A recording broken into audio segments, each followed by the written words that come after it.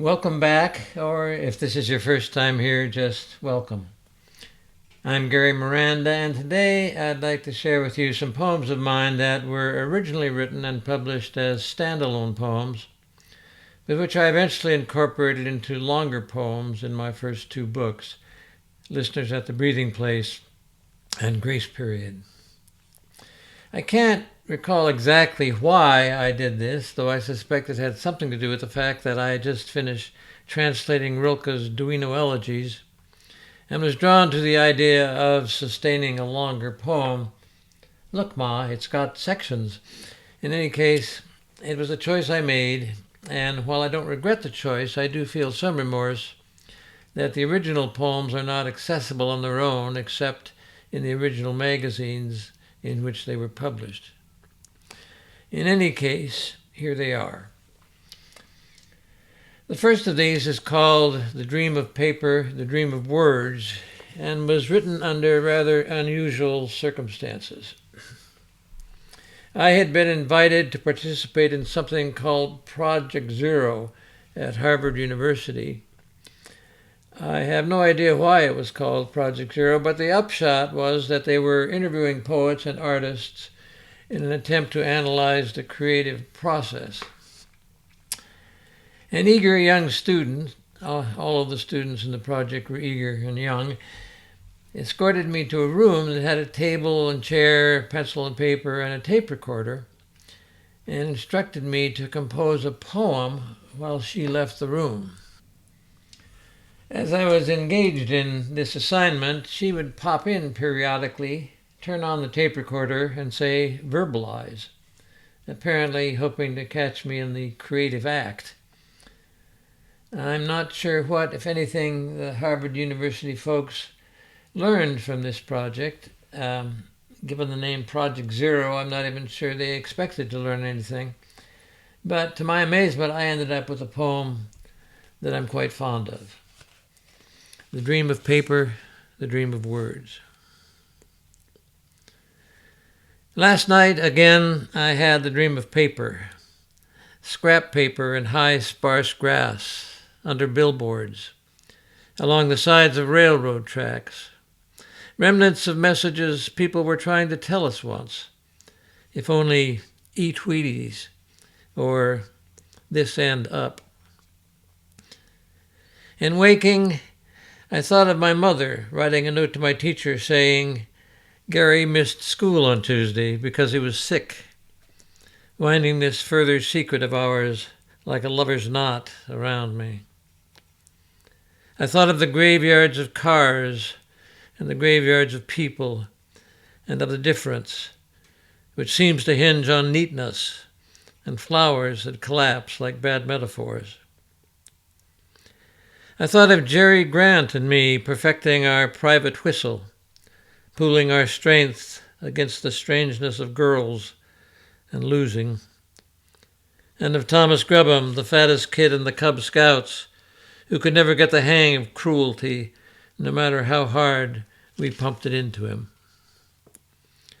I thought of my grandmother, Nanny, with her 80-year harvest of smiles, coasting toward death, confused and lonely, like a train pulling into heaven through the worst part of town. I thought of bricks in junk heaps that will never lie flat against each other, of windows whose glass has been replaced by cardboard or nothing, of insects from whom we snatched the one life as though we were blowing our noses.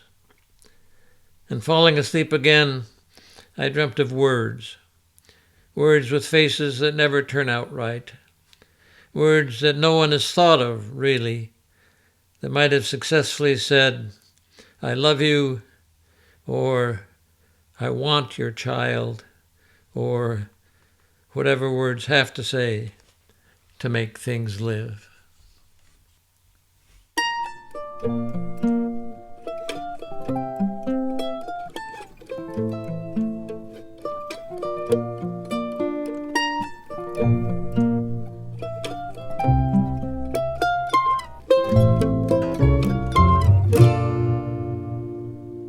This This next poem, which was originally called This Choosing, was ultimately incorporated into the long poem at the end of my first book called The Small Owl of Complaint. That longer poem is addressed to God in the form of, as the title suggests, a series of complaints. One reviewer compared it to the Psalms. Another, the late poet Sander McPherson, described it in Antioch Review as a 20-page meditative sequence, a lyric protest encompassing our fears, needs, sufferings, and amazements, adding, "No one should miss it." Well, in case you missed it, I may read the whole thing in a later broadcast, but for now I'm going to restrict myself to the final lines, which, as I say, were originally written as a standalone poem.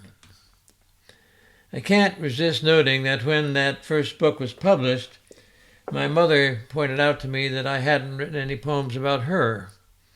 My mother was nothing if not subtle. I replied, "I've written a poem about God. I'm working up to it."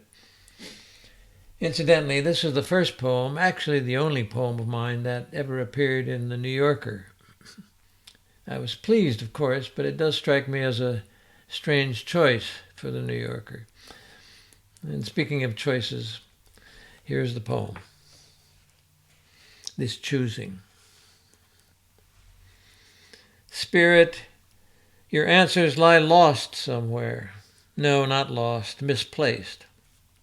Or placed, rather, where they belong, but where we have yet to look, like the notes we find between pages of books years later, and half remember, half forget. The place we are not does not exist, we think, and then, going, find that the world thrives without us. Incredible. Whole families on the klongs of Bangkok, brushing their teeth in the fetid water, flagging down vegetable boats, existing, busy. Who knows what spiked image you plan to drive into our hearts today? What happy things wait like familiar coats on the backs of so many chairs? It is as if, on our one day off, we had called in sick, this choosing. These lives that wait for us, here, there, yours, though we call them ours.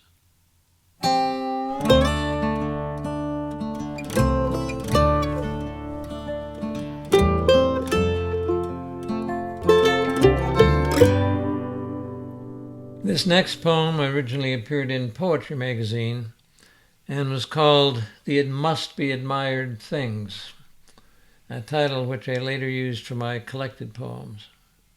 Like the last poem I read, it was also ultimately incorporated into the long poem at the end of my first book.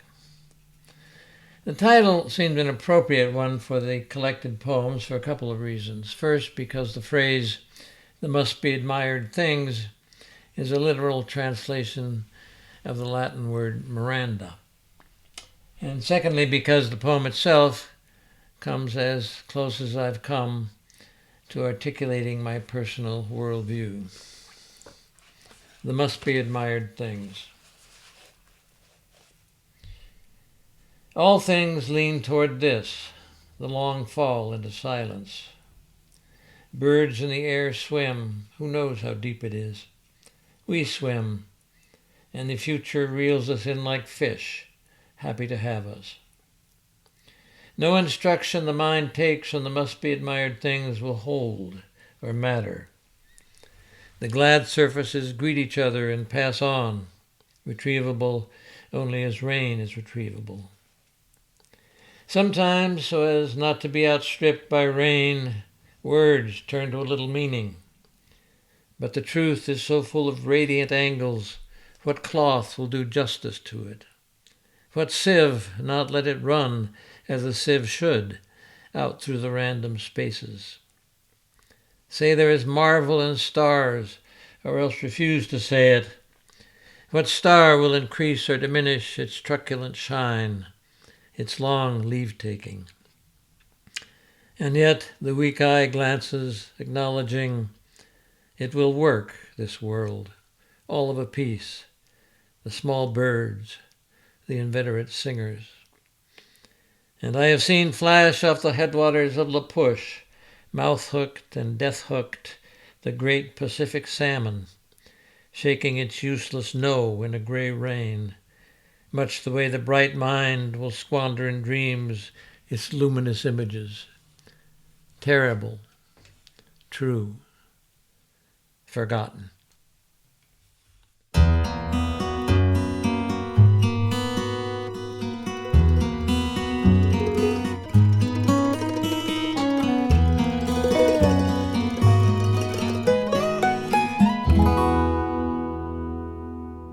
As I mentioned, all three of the poems I just read were taken from a long poem called The Small Owl of Complaint at the end of my first book, Listeners at the Breathing Place. That book title comes from an expression used by Eskimo seal hunters who listened at a hole in the ice for seals to come up for breath. This seemed to me an apt metaphor for the kind of attention needed to write poetry, and I've always been fond of it as a title, except for the fact that nobody can remember it. I have this recurrent dream, nightmare actually, about people going into bookstores and asking for Snorting at the Waterhole, only to be turned away by unimaginative clerks who can't make the connection. Someone once referred to it as Listeners at the Breeding Place, which conjures up an entirely different image. So when my second book was ready to be published, I went for a simpler title, namely Grace Period. I got this title from my wife, Patty, when she was pregnant with our son, Nicholas. Her due date, I love that expression, as if babies were library books, was May 18th, 1980. Any of you from the Northwest will recognize that this was the day that Mount St. Helens erupted. And I'm proud to report that my son had enough sense to stay inside until the ash cleared. He didn't make his appearance until June 1st, by which time I was climbing the walls. Patty, however, said, "The baby isn't late. This is just a grace period." In any case, the last of the poems in this category is one that ultimately was incorporated into the long poem at the end of Grace Period. The entire long poem is called The World That Is Offered, and is both about and addressed Nicholas, who was 1 year old at the time the poem was written. The shorter poem I'm going to read was originally called simply Some Lines for My Son.